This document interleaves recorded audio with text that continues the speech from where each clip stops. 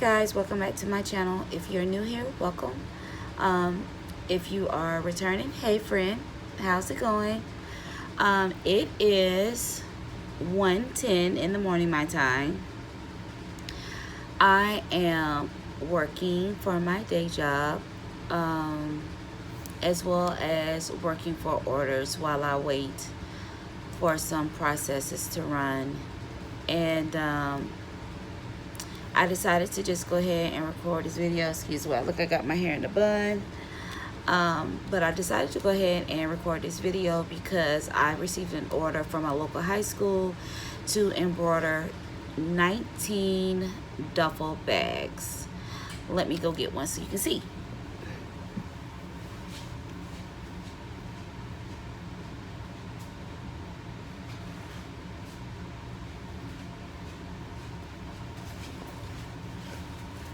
So these are the duffel bags that I am embroidering. They are turning out really, really cute. I zoom in a little bit so you can kind of see. There is glitter that you see. And so while this was my first project embroidering duffel bags. I've embroidered on backpacks and things like that before, but this was my first time embroidering on duffel bags. So I decided that I should bring you guys along to do this project with me because I learned a lot while doing this project. I did decide to do this project on my blue sky embroidery machine due to the fact I can use a larger hoop size. There's a really large long pocket on the front of the bag. That pocket is about 19 inches long, and so I was like, I can make it really, really long, but they just wanted the initials of the high school and for it to say color guard with some flags in each athlete's name. So to start this process, well, how about this? Let me just take you over and show you. So what I decided to do was take this one off the hoop so I can kind of show you what I did. So this hoop is an 11 by 13 hoop. One of the things that I discovered while doing this project is I think I want to get a larger hoop. So I went on the Mighty Hoop website to see what size could I use, because as you see, I'm not taking up the whole hoop. So in my mind, I could have probably went with a hoop that was not as tall but had the same length. So I'm thinking a 8 by 13 hoop. So I probably will get one of those in the future just for that purpose. But what I did was I measured from end to end of that pocket that I wanted to embroider on, and I divided that measurement in half. That gave me 9.75 for the length of my bag. And then what I did was I measured from the top of the pocket right underneath the zipper to the bottom of the bag where the seam was, and that measurement was 8. So I divided by that by 2, and I got 4. So I then took my clover, I think it's clover, yes. I took my clover chalk pencil to mark my measurements. So I marked it down, pretty much created my own crosshairs. So 9.75 and then 4 inches down to get where I wanted. So as you see, this would technically be the center point of my design. Well, that would be fine and dandy, but one of the things about the blue sky is when I put this on the design, I could see based off of the pocket size, when I was going to hoop, I was going to be out of the pocket. So I wanted to try to get it as low as I could to the bag, but also not too far up. So what I did was when I put it on the machine, I took my laser, I found the center of my bag, and the blue sky will tell you if you're out of the frame. And what that means is if it stitches down any further, you'll be out of the frame. So what I did is I just brought my design up just enough so that way I would not stitch outside of the frame, which is probably right around this line here that I marked. And then I went ahead and started stitching my bag. So I want to come and show you guys what I did for that. I just realized I had my camera turned the wrong way. So, another thing that I did, so let me just say that, again, it is 19 bags. Um, it's 19 bags. The bags, they provided the bags, so I didn't have to supply the bags. But and it's about, the design is about 25,000 stitches. So when I started to do the bags, I was just like, oh my God, it's taking me forever to get through these bags. And then I realized it was the applique pieces. You know, doing applique just takes time. So even though I was only stitching out or doing applique on those 4 letters, it was just still taking a long time. So finally today, I don't know, 1 or 2 o'clock, I was like, oh yes, I can cut the vinyl out because I'm using HTV for the glitter. So I was like, I can cut the vinyl out on my silhouette. So I decided to go back to my file in Embroids, and I will insert a video showing. But I went back into my design in Embroids, pretty much copied the WFHS text, put that in another window, saved it as a DST file to my desktop, uploaded that into Silhouette, and then I was from there able to pull each layer of stitching back to get down to the placement stitch to cut.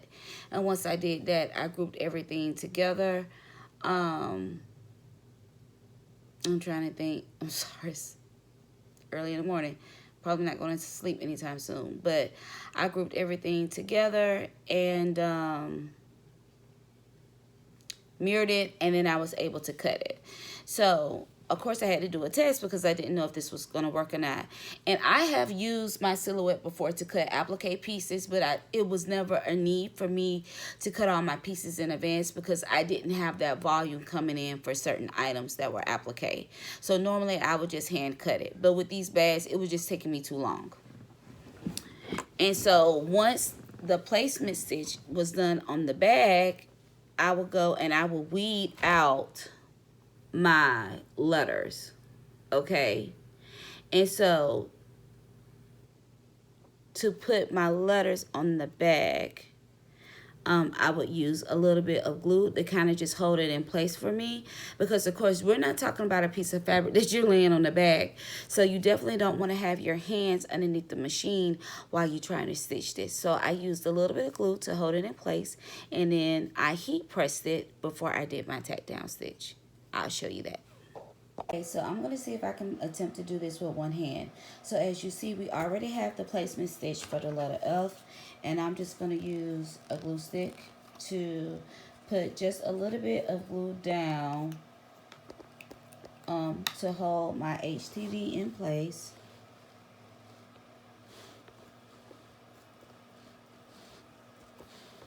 Not a lot, just a little bit. And now I'm going to take my F and I'm just going to place it on top.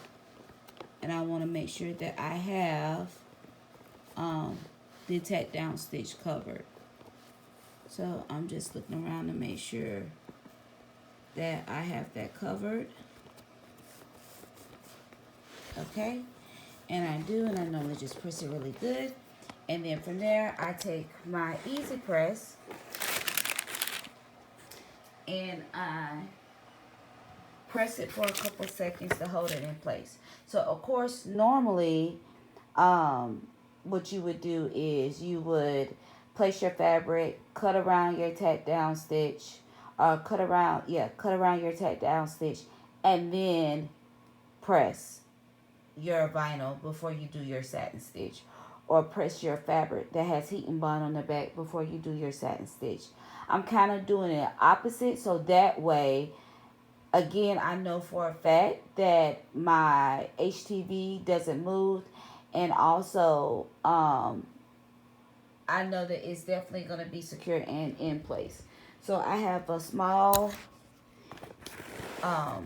cricket press, and I'm just going to press on top of that for a little bit.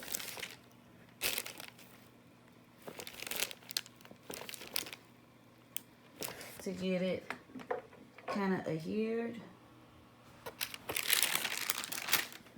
And it's nice and in place. And then we're just going to pop it back on the machine to go back to the tack down stitch. So I've now placed the hoop back on the machine. I'm going to go ahead and hit the start button so that way it can start the tack down stitch.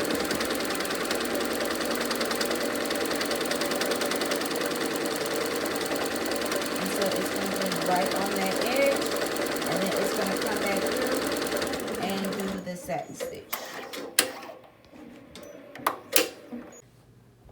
So I still have the H and the S to do, but I've already showed you a picture of what the bag is going to look like after I get done. So once I go through the applique steps, then from there it's just all satin stitches. Normally, well, I still need to kind of time myself to see how long it's taking me now, since I decided to cut my pieces out with silhouette versus hand cutting them.